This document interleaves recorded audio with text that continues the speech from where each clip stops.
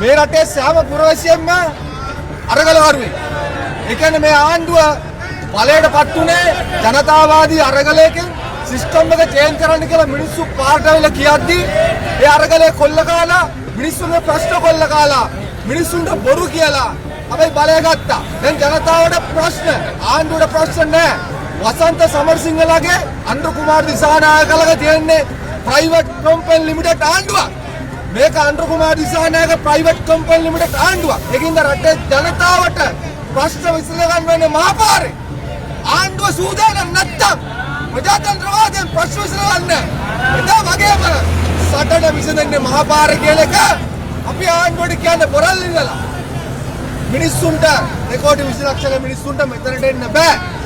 හැබැයි අපි ආණ්ඩුවට කියනවා විධායක ජනාධිපතිකමයි පාර්ලිමේන්තුව දින 159 ගේ ආණ්ඩුවකින් බලට අඩු ගානේ බලතුරු කඩයක්වත් කරන්න බැයි නම් බලට එළවලු කඩයක්වත් කරන්න බැයි නම් හාල් ටික මේ කුඹුරේ තියෙන ගොයන් ටික මිනිස්සුන්ගේ ප්‍රශ්න ටික උසදලා දෙන්න බැරි නම් අපි කියනවා බලගේ ආණ්ඩුව ඉවරයි.